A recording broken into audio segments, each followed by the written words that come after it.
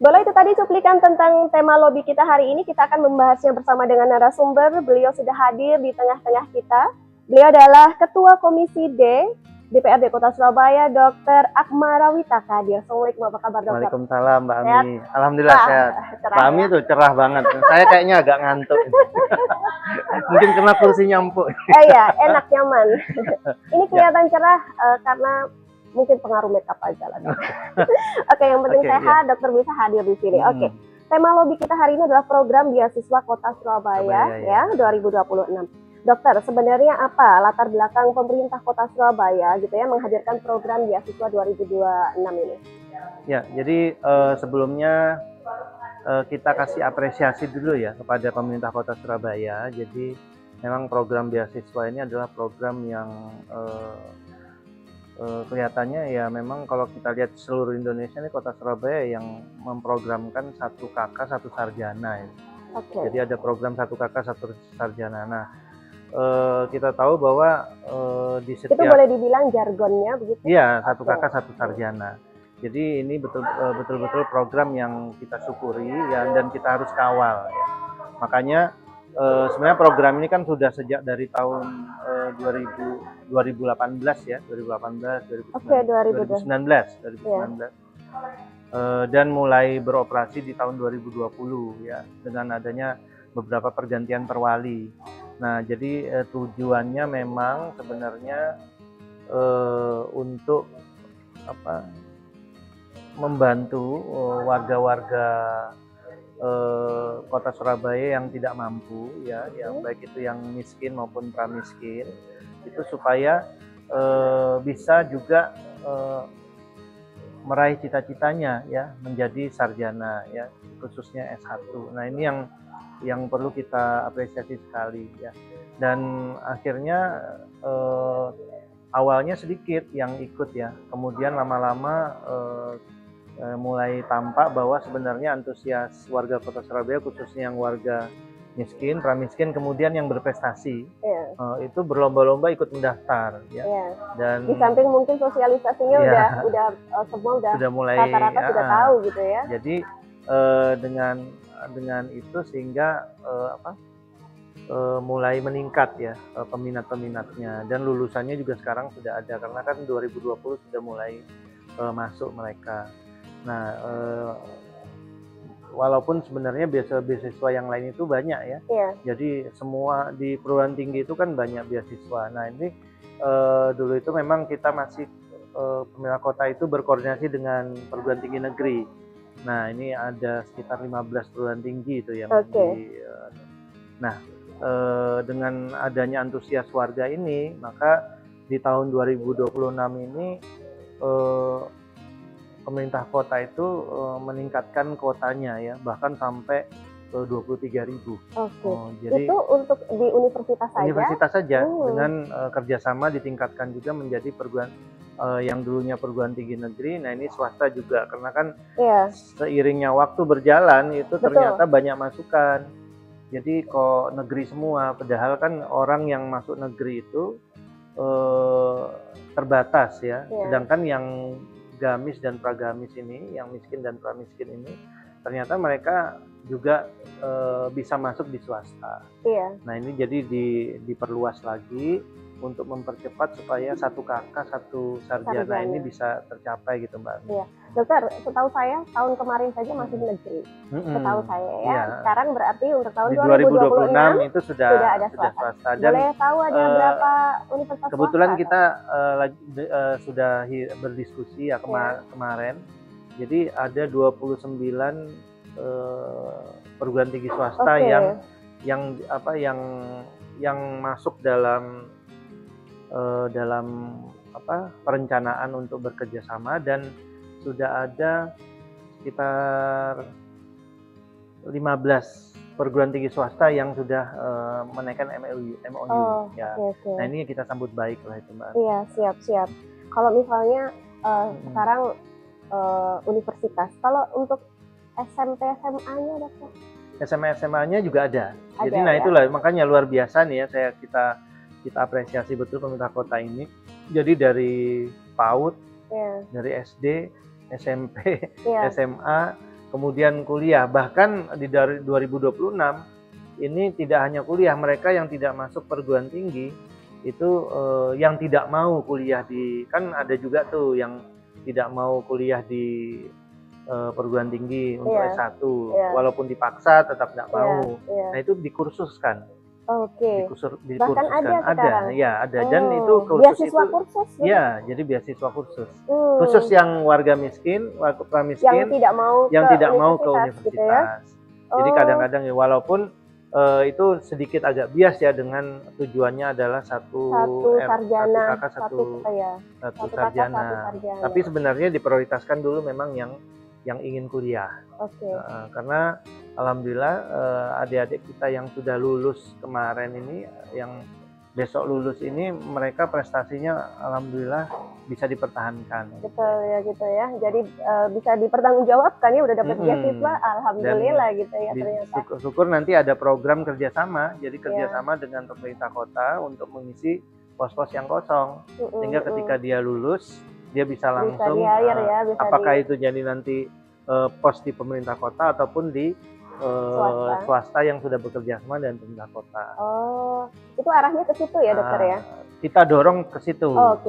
Sementara ini belum. Jadi memang fokus masih meningkatkan kuota beasiswa tangguh tersebut. Iya, sekarang 23.000, banyak itu. Banyak. Jadi mudah-mudahan terpenuhi ya.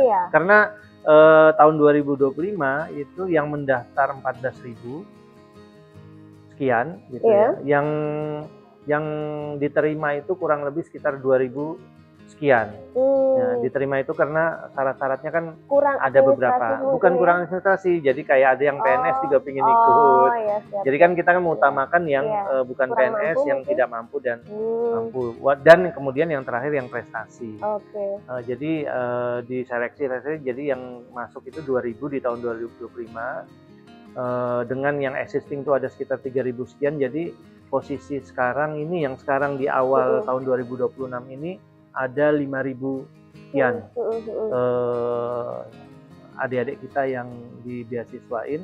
Nah kemudian dengan harapan mudah-mudahan sesuai target itu, kalau dikurangi 5.000 ya, jadi ada kurang lebih jatahnya masih ada 19.000-an kan, 18 sampai 19.000-an. Kalau tadi Dokter Akma menginformasikan bahwa beasiswa ada yang untuk kurang mampu dan untuk yang berprestasi, ini berarti ada 2 jalur begitu ya? Bukan 2 jalur, jadi nanti dalam seleksinya itu nanti tetap ada prioritas. Jadi prioritas. Bukan mengambil, saya mengambil yang untuk tidak mampu atau mungkin yang berprestasi, enggak ya? Itu selama kuotanya masih ada, terus prioritasnya masuk, mereka bisa diterima untuk menerima beasiswa.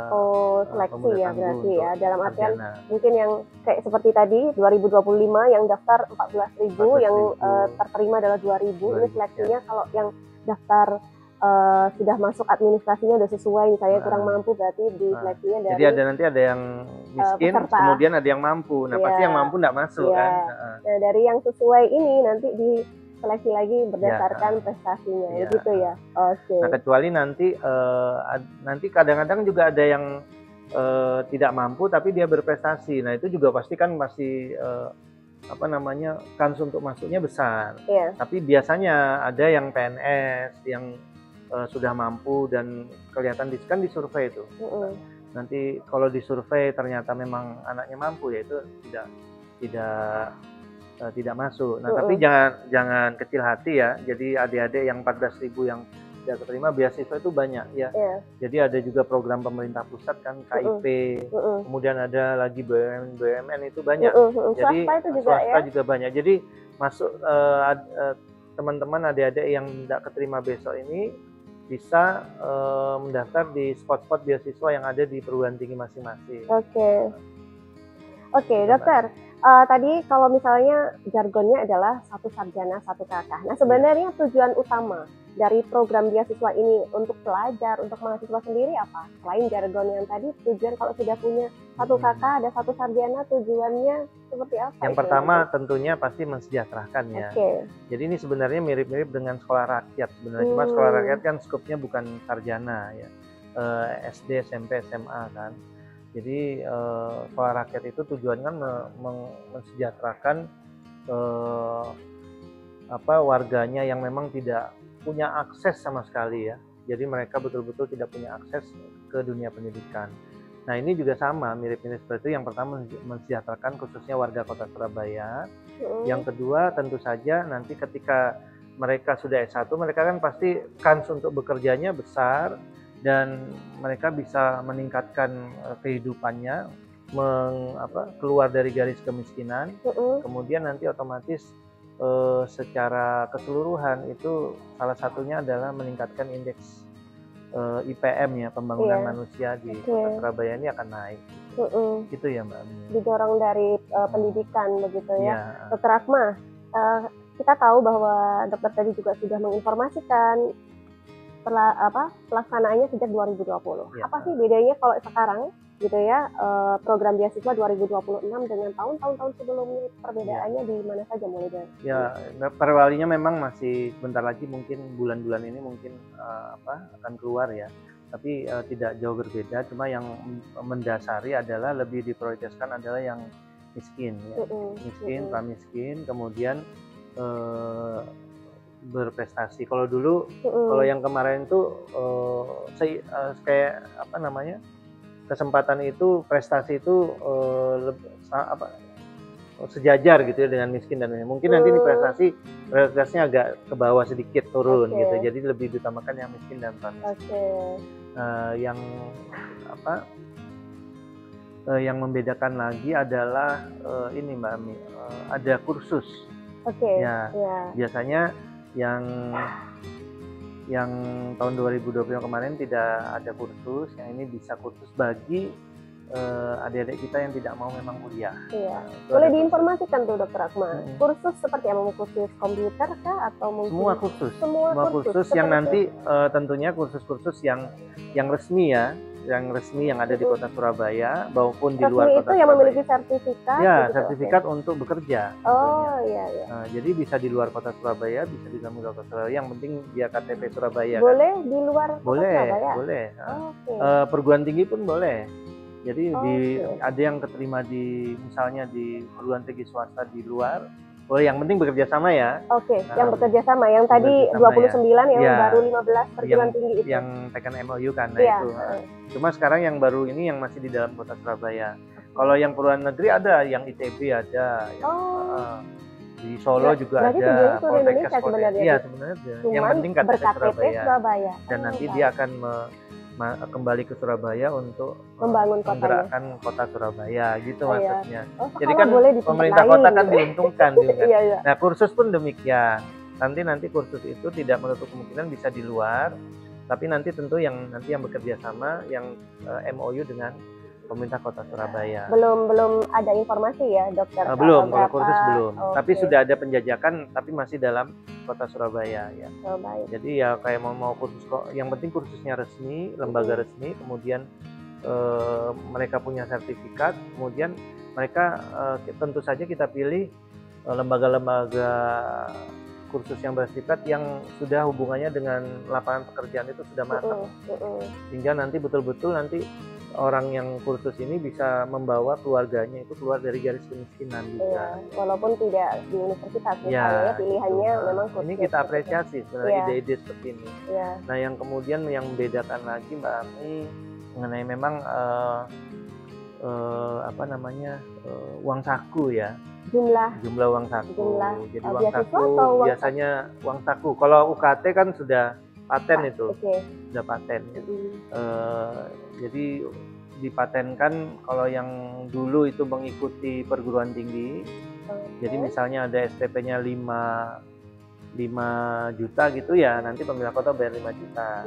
Nah, yang sekarang ini sifatnya lebih di flatkan 2.500.000 flat seluruh 2.500.000. Walaupun biaya kuliahnya 5 juta per semester ya, 2.500.000. Nah kalau misalnya uang kuliahnya 5 juta, nanti pemerintah kota akan berkoordinasi dengan kampus tersebut untuk supaya khusus ini, karena dia memang miskin, dia memang orang miskin butuh dibantu, kan setiap kampus kan punya program juga tuh. Jadi supaya yang sisanya 2,5 itu dinolkan. Jadi nanti tetap pemerintah kota membayarkan 2,5. Dan kalau memang tidak bisa, menggunakan jalur-jalur yang lain.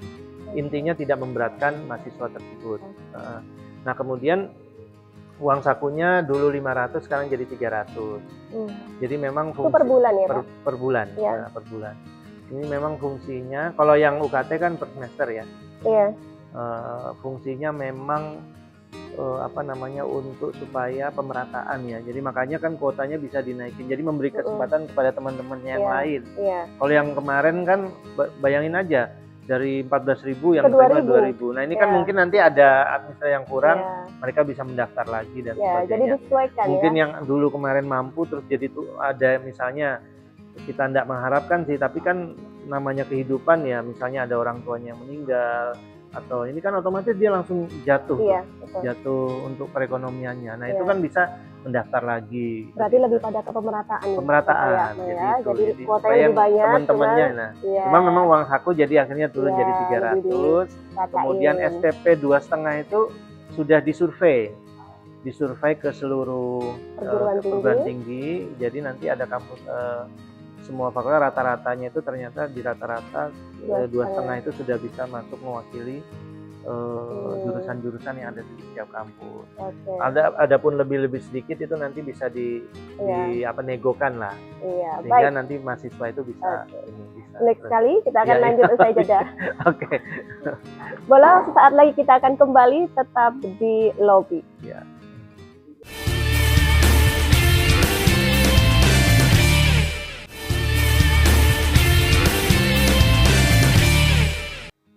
Kita kembali di lobby dengan tema program Beasiswa Kota Surabaya 2026 bersama dengan Ketua Komisi D DPRD Kota Surabaya, Dr. Akmarawita Kadir. Baik, Dokter, menarik sekali. Kita bahas tentang banyak sekali ragam beasiswa di Surabaya, begitu ya, sejak 2020 terlaksananya ya. Nah, ada beasiswa apa saja, Dok? Yang setahu saya ada Pemuda Tangguh, ada yang terbaru itu juga sekarang ada beasiswa penghafal kitab suci gitu ya. Wah, menarik sekali ini. Seperti apa, Dokter? Boleh dijelaskan? Pemerintah kota ini kita tahu bahwa di Undang-Undang Dasar 45 itu kan akses pendidikan itu harus dibuka seluas-luasnya. Dan kemudian anggaran itu sudah dipatok untuk khusus pendidikan dan kesehatan itu harus sudah tidak boleh kurang dari, kalau pendidikan itu tidak boleh kurang dari 20% dari total APBD kan. Jadi kita kalau APBD-nya 11 triliun ya kita harusnya 20 triliun, dan salah satu di dalam 20% itu adalah akses pendidikan. Makanya kita apresiasi pemerintah kota ini membuka seluas-luasnya akses pendidikan di dalam bidang beasiswa ini, membantu biaya-biaya perkuliahan dan sekolah. Nah, jadi rupanya tidak hanya S1 ya, tetapi juga ternyata ada penghafal kitab suci. Jadi penghafal kitab suci itu kita diberikan juga beasiswa. Jadi entah itu kalau agama Islam kan Al-Quran, kalau Kristen kan ada Injilnya dan sebagainya, dan itu semua agama. Dan itu sudah dari tahun 2020 juga. Jadi sejak 2020. 2021 kalau nggak salah itu ya. Baik. Itu sudah jalan ya. Jadi nanti itu beasiswa itu diberikan diseleksi oleh Dinas Pendidikan ya sebagai leadernya. Nah kemudian nanti mereka mendapatkan beasiswa. Nah kemudian lagi ada beasiswa SD, SMP, SMA. Nah ini kalau yang tadi Pemuda Tangguh S1 itu dinas leadernya itu ada di OPD Dinas Kebudayaan dan Kepemudaan Pariwisata yang disebut Porapar. Kalau yang penghafal kitab suci itu di Dinas Pendidikan. Nah sedangkan kalau yang SD, SMP, SMA ya ada SD, SMP, SMA ini OPD-nya ada di bagian Kesra, bagian kesejahteraan. Jadi anggaran itu melekat di masing-masing OPD-nya. Nah, jadi luar biasa. Jadi hampir semua jenjang pendidikan itu diberikan beasiswa oleh pemerintah Kota Surabaya. Nah, ini mudah-mudahan kita doakan program ini baik, lancar, dan menghasilkan anak-anak kita yang bisa membangun kotanya sendiri. Dokter, tapi problematikanya untuk yang beasiswa penghafal kitab suci ini masih belum banyak yang tahu sebenarnya. Ini nyatanya sejak tahun 2020 ya. Nanti kita evaluasi deh. Oke, sejauh ini sebenarnya sosialisasi. Makanya dikira baru ya tadi ya. Oke, sebenarnya sudah ada sejak 2020 itu. Jadi itu sejak. Ini peminatnya yang kurang atau sosialisasi? Enggak, kuotanya kita tambah terus tuh tiap tahun ya. Jadi bukan peminat kurang karena disesuaikan waktu mereka sekolah. Jadi di SD, di SMP itu mereka masuk, mereka pasti tahu. Orang tua yang sekolah tuh pasti tahu. Karena ada sosialisasi di sekolah masing-masing. Sosialisasinya di sekolah masing-masing. Iya. Oke. Jadi kalau nanti misalnya punya putri di sekolah mana, harusnya ada sudah tahu di situ. Guru-guru pasti tahu karena sosialisasi itu ada di lingkup Dinas Pendidikan Kota Surabaya. Cuma mungkin SMA ranahnya provinsi ya. Jadi kita masih belum, tapi kita buka beasiswa untuk SMA itu di maupun SMK itu dilideri oleh bagian Kesra gitu. Iya, betul. Saya lupa jumlah SMA itu cukup banyak ya, coba saya lihat ya. Iya. Ini sejak 2020. Nah, tujuan dari beasiswa ini penghafal kitab sucinya sendiri, kalau misal ini kan jargonnya kan satu kakak satu sarjana gitu ya. Iya beneran saya. Iya, jargonnya itu. Oke.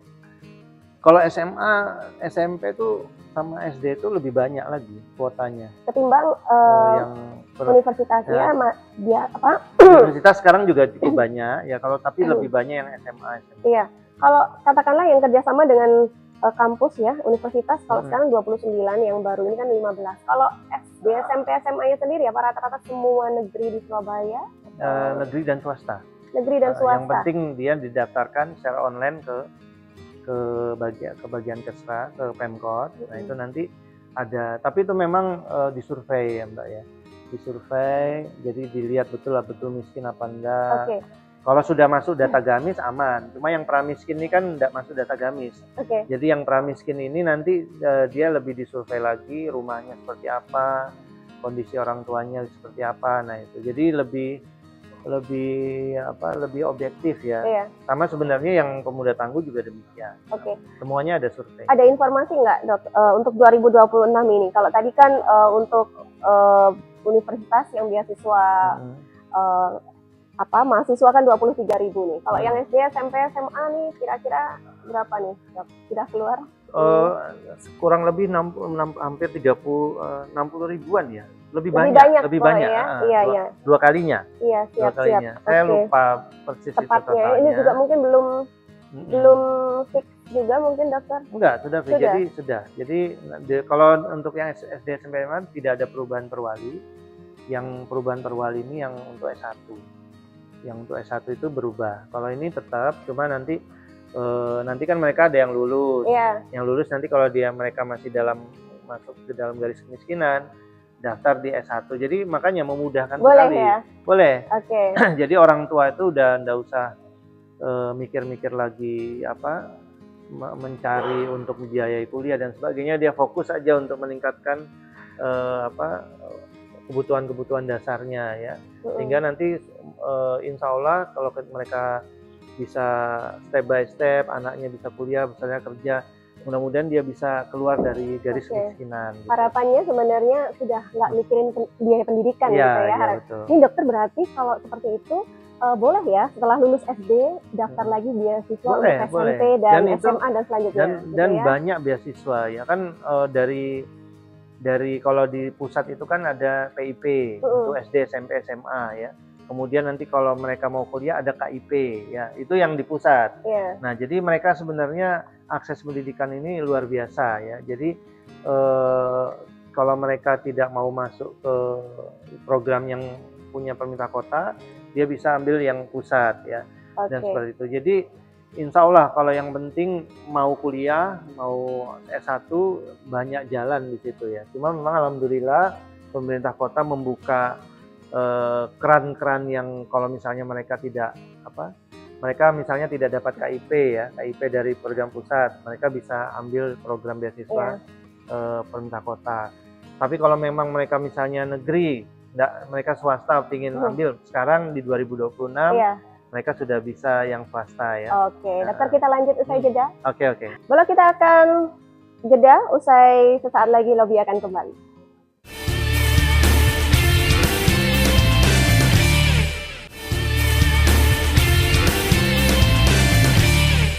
Kita kembali di Lobby, kita berada di gedung DPRD Kota Surabaya dan kita membahas tentang tema program beasiswa Kota Surabaya 2026. Dokter, yang namanya seseorang itu pengennya dapat banyak-banyak gitu ya, keuntungan yang banyak-banyak. Semisal nih, yang daftar beasiswa sudah terterima gitu ya, tapi murid atau mahasiswa ini sudah mendapatkan beasiswa lain, itu boleh tidak double beasiswa seperti itu? Dan bagaimana itu menseleksinya? Dalam artian dia sudah dapat beasiswa atau seperti apa gitu? Ya, jadi memang kadang-kadang gitu ya. Jadi kadang-kadang aku supaya sudah dapat ini nanti biar bisa nabung. Tapi rata-rata biasanya setiap beasiswa itu ada syarat, dia tidak boleh kalau sudah mendapat beasiswa dari tempat lain. Yang memang yang pemerintah kota ini, Pemuda Tangguh ini juga sama gitu ya. Jadi kalau sudah dapat KIP atau dia dapat beasiswa dari Pertamina atau dia dapat beasiswa dari swasta yang lain, itu dia tidak boleh menerima. Jadi memang ini ada prinsip memang pemerataan ya. Jadi supaya teman-teman memberi kesempatan adik-adik yang lain yang mungkin masih belum ada dapat akses itu, supaya dia bisa mengenyam pendidikan. Yaitu kita memang harusnya seperti itu ya. Tapi ada juga yang ada beberapa beasiswa ya, ketika dia dapat beasiswa tangguh, kemudian dari luar negeri itu tidak mensyaratkan seperti itu. Monggo, itu nanti keaktifan daripada siswa-siswa yang ketika mereka berkuliah mencari biar bisa tambahan ya, mungkin bisa dipakai untuk menabung dan sebagainya, itu tidak ada masalah ya. Jadi memang prinsipnya kalau yang di sekitar kita ini masih ya, kalau sudah dapat tidak boleh yang ini. Nah, biasanya itu. Tapi kalau dianya bergerilnya sendiri setelah bisa itu. Tapi mudah-mudahan ya dengan adanya ini tambah lagi kesempatan buat teman-teman adik-adik kita yang belum sempat kemarin mendapatkan beasiswa itu bisa. Apalagi kan ini kuotanya ditambah ya. Jadi masih ada 19 ribuan. Masih banyak Dan saya harapkan ini bisa full kuotanya bisa terpakai, karena kami menyetujui APBD di tahun 2020 itu 197 miliar. 197 miliar itu kalau tidak salah ya. Coba saya lihat kerepean. Ya, kurang lebih 197 miliar itu untuk APBD di tahun 2000 beasiswa Pemuda Tangguh S1, khusus S1. Itu yang nanti mengisi di sisa dari 19.000 tadi. 2026. 2026. Bahkan nanti ada dari 5.000 yang sekarang. Itu nanti kan 2026 ada yang lulus sekitar 1.000-an lebih. Nah, itu mungkin bertambah lagi tuh. Jadi ya kurang lebih ya 19 tambah 1.000 ya. Jadi antara 19 sampai 20.000 lah. Oke. Nah, dokter, tadi kan kita sudah membahas. Nah, sebenarnya masih banyak teman-teman di luar sana menanyakan mekanismenya sendiri gimana daftar beasiswa ini gitu. Mekanismenya mirip-mirip ya Mbak Ami dengan waktu kita mau masuk perguruan tinggi. Jadi nanti biasanya semester itu biasanya 6 bulan sebelum ya. Biasanya kita kan awal semester itu di bulan Agustus September ya.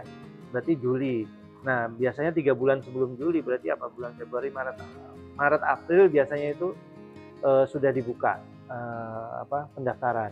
Jadi pendaftarannya online, Mbak. Informasinya lewat website Pemkot. Ya. Tapi juga website Pemkot dulu awal-awal masih sepi ya. Sekarang itu kayaknya sudah nyebar ke Pemuda Tangguh itu sudah nyebar kemana-mana. Apalagi kan sekarang ini kan medsos luar biasa cepatnya ya.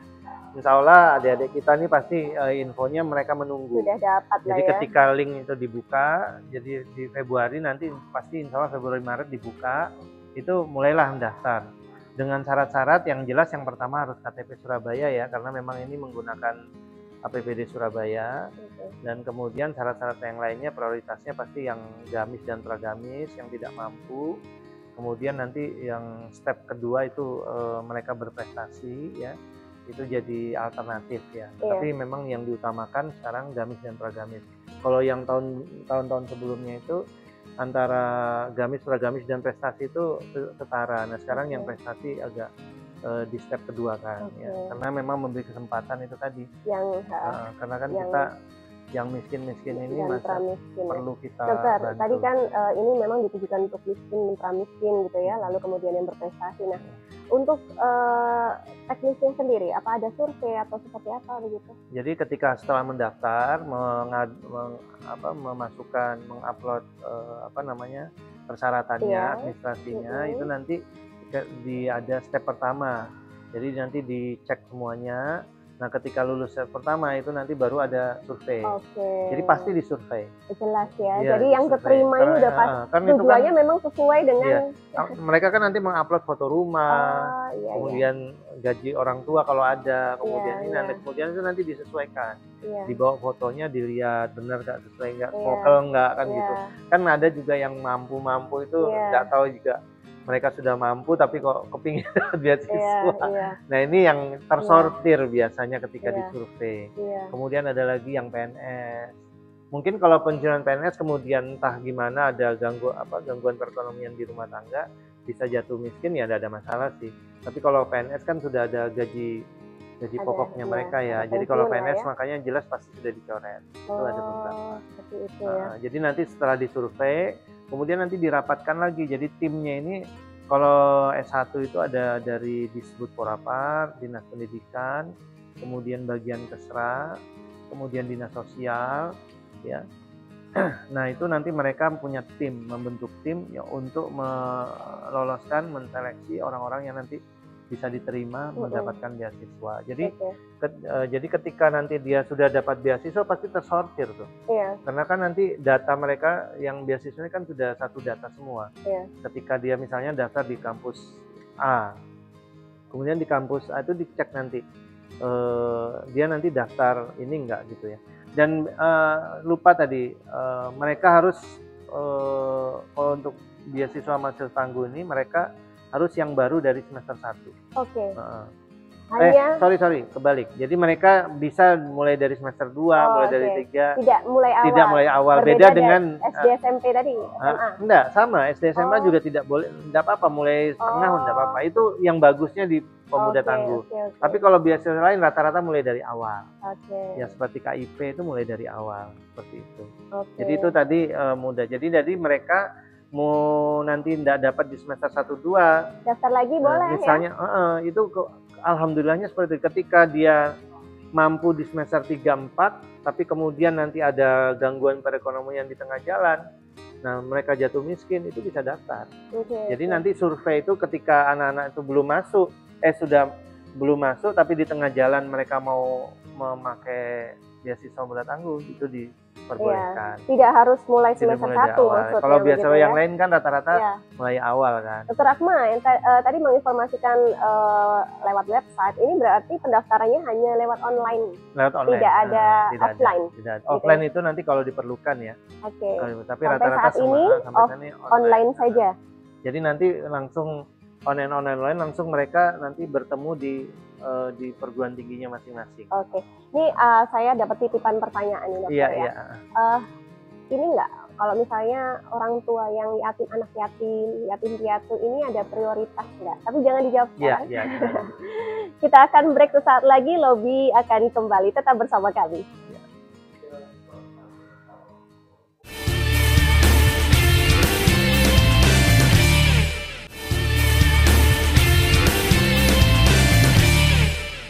Kita kembali di Lobby dengan narasumber kami, Ketua Komisi D DPRD Kota Surabaya, Dr. Akmarawita Kadir. Baik dokter. Ada titipan pertanyaan nih. Kalau tadi miskin, pramiskin, dan berprestasi. Nah, kalau untuk sahabat-sahabat yang mungkin yatim piatu ini lebih diprioritaskan nggak sih gitu? Ya, jadi yatim piatu ini memang agak khusus ya. Jadi sebenarnya kenapa kita prioritaskan bukan yatim dan piatu? Jadi ada beberapa, bahkan banyak ya anak yang yatim piatu itu mereka tinggal bersama keluarga yang mampu. Nah itu bahkan tidak mau menggunakan beasiswa. Itu ada juga seperti itu.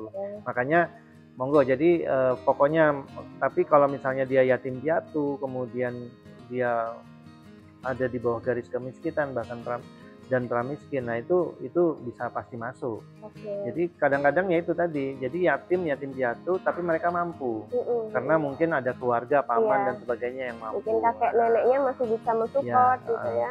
Tapi kalau dia memang tidak mampu pasti masuk itu, apalagi dia yatim dan piatu orang tuanya tidak ada, itu pasti masuk dan disurvei. Dan misalnya ini ada juga kasus nih, dia tinggal di situ tetapi pembiayaan hidupnya bukan dari situ, cuma numpang. Nah itu juga makanya gunanya survei seperti itu. Jadi mereka cuma numpang di rumah paman atau saudara yang sebenarnya pamannya mampu tapi tidak membiayai. Nah itu nanti surveinya di situ. Nah nanti ada tim yang ada kayak semacam yang wawancara ya. Betul. Jadi seperti itu Mbak Ami. Nah Bolo jangan khawatir ya, berarti sebenarnya mohon maaf ya, fokusnya mungkin itu yang miskin dan miskin lalu tinggal kemauan kayaknya ya. Ya, tinggal kemauan aja mau sekolah sekarang. Kagak ini. Karena kita sudah membuka akses dan sebagainya. Iya. Oke. Dokter, ini bagaimana Pemkot Surabaya memastikan proses seleksi ini berjalan transparan, adil? Banyak sekali yang namanya maunya lurus, tapi banyak sekali netizen mungkin ada dugaan prasangka yang tidak baik. Nah, ini memastikan bahwa proses seleksi ini berjalan transparan, adil begitu, Dok. Ya, makanya kalau kita sistem online itu kan lebih bisa di digital subjektif objektif. Objektif ya.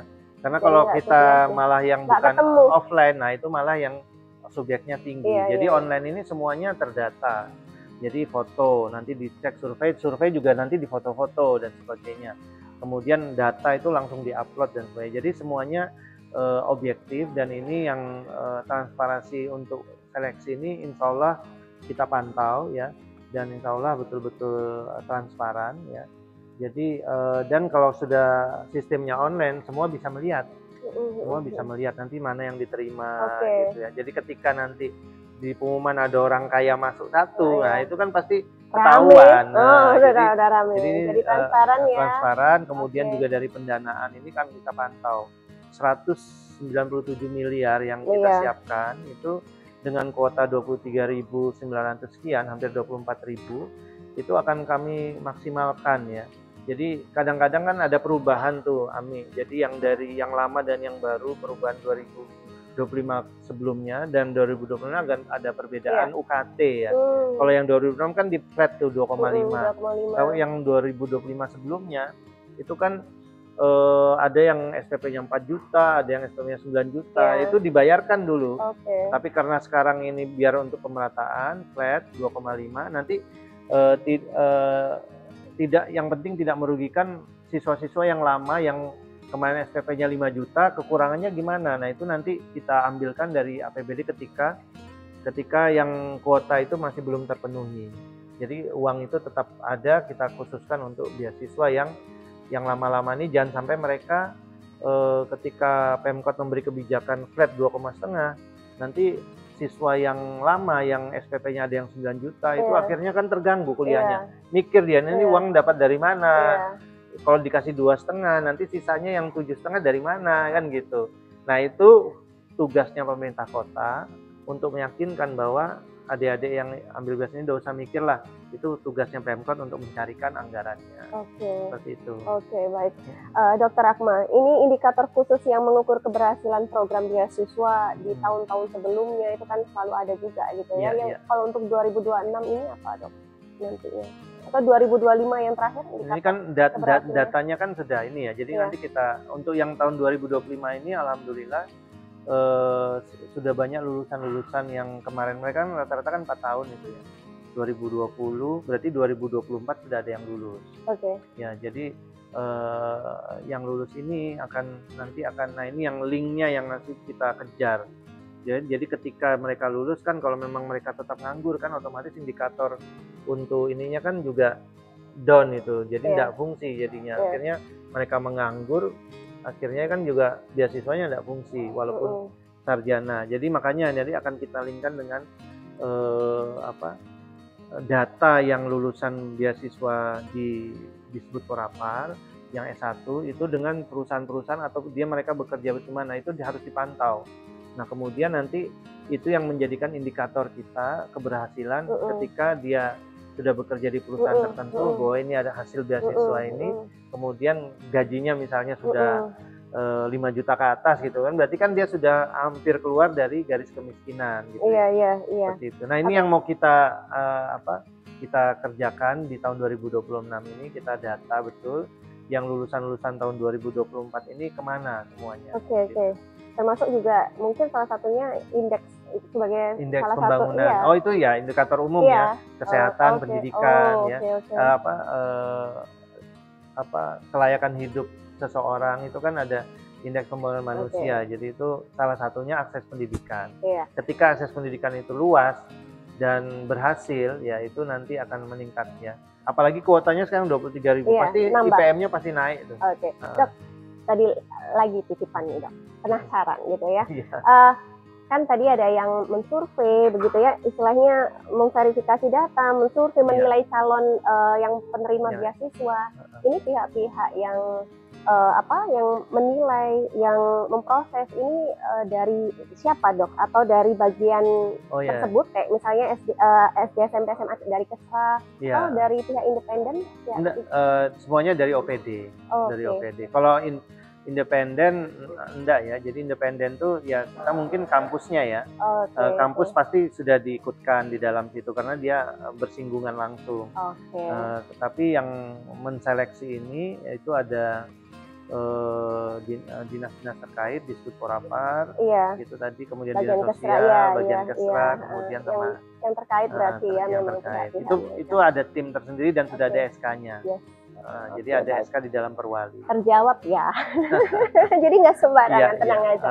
Oke Dokter, terakhir nih, ada pesan yang mau disampaikan mungkin untuk masyarakat khususnya buat pelajar, mahasiswa begitu ya, yang mau memanfaatkan beasiswa ini secara optimal. Monggo silakan. Ya, Mbak Mi. Jadi untuk warga Kota Surabaya, alhamdulillah ya kita punya pemerintah kota yang memperhatikan warganya, khususnya membuka akses pendidikan seluas-luasnya. Jadi ini betul-betul harus kita ambil kesempatan ini, yang baik yang PAUD, kemudian SD, SMP, SMA itu ada program beasiswa pemerintah kota, Pemuda Tangguh, sampai lulus ya, Nah, kemudian dan itu bisa mulai dari tengah, dari kelas 3 ke 4, tidak harus dari awal. Dan kemudian pemerintah kota juga punya beasiswa penghafal Al-Qur'an ya, nanti di sekolahnya masing-masing, dan kemudian ada beasiswa untuk S1 ya. Dan yang alhamdulillah di tahun 2026 ada beasiswa untuk khusus juga bagi yang memang tidak mau betul untuk berkuliah ambil di S1. Nah, ini betul-betul harus teman-teman warga Kota Surabaya harus betul-betul ambil kesempatan ini, dan ini penting buat kita semua untuk agar kita bisa membangun Kota Surabaya supaya lebih baik lagi, seperti itu. Baik, terima kasih Dr. Akmal, sehat-sehat selalu. Amin. Terima kasih sudah hadir di lobi. Sehat juga ya Mbak Amin. Baik.